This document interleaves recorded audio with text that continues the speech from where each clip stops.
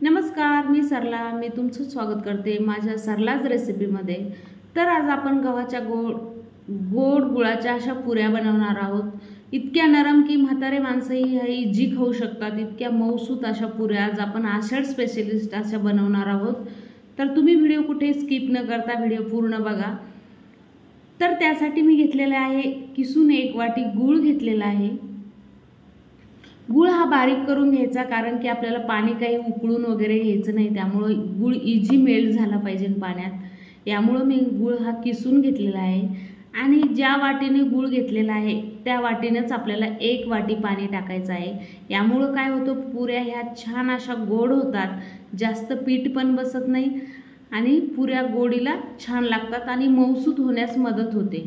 तर हे बघा, मी पाणी थोडा वेळ मेल्ट करून घेतलंय हातानेच, असं मिक्सीच्या साहाय्याने मिक्स करून पाणी चांगलं मेल्ट करून घेतलं गुळामध्ये. आणि आपल्याला आता याच्यात टाकायचं आहे गव्हाचं पीठ. तर गव्हाचं पीठ हे जितकं बसेल तितकंच टाकायचं, बिलकुल जास्त गव्हाचं पीठ टाकायचं नाही, यामुळं गोडवा कमी होतो पुऱ्याचा. तर या वाटीनं मी 2 वाट्या असं गव्हाचं पीठ टाकलं, अर्धी वाटी रवा टाकलेला आहे. रव्यामुळं पुऱ्या ह्या कडक राहतात आणि कडक पण तेवढ्या राहत नाही जेवढ्या पाहिजे तेवढ्या. पुऱ्या ह्या थोड्या मऊसूत व्हायला पाहिजे गुळाच्या. थोडं चवीनुसार मीठ टाकायचं. चवीनुसार म्हणजे गुळाचा पदार्थ आला की थोडं मीठ त्याच्यात घालायचंच आहे. ह्या पुऱ्या सहज 5-6 दिवस अशा टिकून राहतात किंवा खराब न होता पुऱ्या छान राहतात, खायला एकदम चवदार लागतात. हे बघा, आता पीठ थोडं पातळ झालं, जसं बसेल तसं असं आपल्याला याच्यात थोडं थोडं गव्हाचं पीठ ॲड करायचं आहे. पुऱ्या एवढ्या जबरदस्त लागतात, तर मी थोडा रवा आणि थोडं गव्हाचं पीठ टाकणार आहे. गव्हाचं पीठ वाढवलं की रवा थोडा वाढवायचा, म्हणजे काय होतं की प्रमाण सेम होतं आणि पुऱ्या कडक पण होत नाही, जास्त मऊसूत पण होत नाही. पुऱ्या ह्या इझी टिकू शकतात, बिलकुल फंगल वगैरे येणार नाही प्रवासामध्ये, किंवा म्हातारे माणसं इझी ही पुरी खाऊ शकतात. एवढी मऊसूत गुळाची पुरी होते. आणि थोडं तुपाचं मोहन टाकायचं. तुपाच्या मोहनामुळं काय होतं की पुरी एकदम छान लागते, मऊसूत राहते आणि टिकण्यास मदत होते. ह्या अशा पद्धतीने आपण त्याची चांगली कणिक मळून घेतली, गोळा तयार करून घेतला आणि हा गोळा आपल्याला 10 मिनिट तरी झाकून ठेवायचा आहे.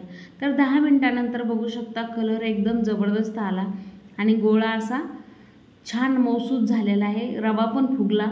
चपातीपेक्षा थोडं जास्त कणिक घ्यायची आणि पोळी पण थोडी जाडसर लाटायची, कारण की ह्या गुळाच्या पुऱ्या ह्या मऊ राहिल्या पाहिजे, खायला एकदम जबरदस्त लागतात आणि टिकून राहतात जास्त दिवस. तर ह्या अशा पद्धतीने पुऱ्या एकदम मऊसूत अशा झाल्या पाहिजे आणि अशी पोळी लाटायची, थोडी चपातीपेक्षा जाडसर पोळी लाटायची आणि तुम्हाला जेवढी हवं आहे तेवढं वाटीच्या साहाय्याने त्याला गोल राऊंड शेपमध्ये कट करून घ्यायचं. यामुळं पुऱ्या लवकर होतात, बिलकुल उशीर वगैरे लागत नाही. हे बघा, अशा पद्धतीने मी ह्या सर्व पुऱ्या बनवून घेतलेल्या आहे आणि वाटीच्या साहाय्याने अशा कट करून घेतलेल्या आहे आणि अशा एकसारख्या त्या वाटीनं कट करून घेतल्या. तर नाहीतर आपण जर अशा पण लाटल्यात तरी हरकत नाही, पण मग थोडा कमी जास्त मोठी साईज होते, लहान साईज होते, त्यामुळं वाटेनंच अशा शेप द्यायचा त्याला.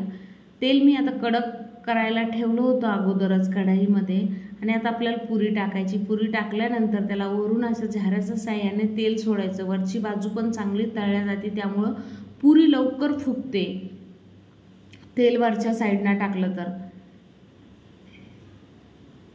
आणि पुऱ्या इतक्या टम्म फुगतात, कलर इतका जबरदस्त येतो गुळाच्या पुऱ्यांना आणि पुऱ्या खायला पण इतक्या सुंदर लागतात. हे बघू शकता तुम्ही. तसंच आपण दुसरी पुरी टाकून बघूया. पुऱ्या खूप जबरदस्त लागतात. आषाढ महिना लागलेला आहे, तर असं वेगवेगळं आपण तळतोच, त्यामुळं सुरुवात आपण गोड पुऱ्यापासूनच करायची. तर ह्या अशा पद्धतीने ही पुरी बी बघू शकता, कारण आपण थोडी जाडसर ठेवलेली आहे, यामुळं मऊसूत अशा टिकतात 5-6 दिवस पुऱ्या आणि खायला पण छान लागतात. कुठं प्रवासासाठी किंवा मुलांना डब्यासाठी पण पुऱ्या एकदम छान लागतात.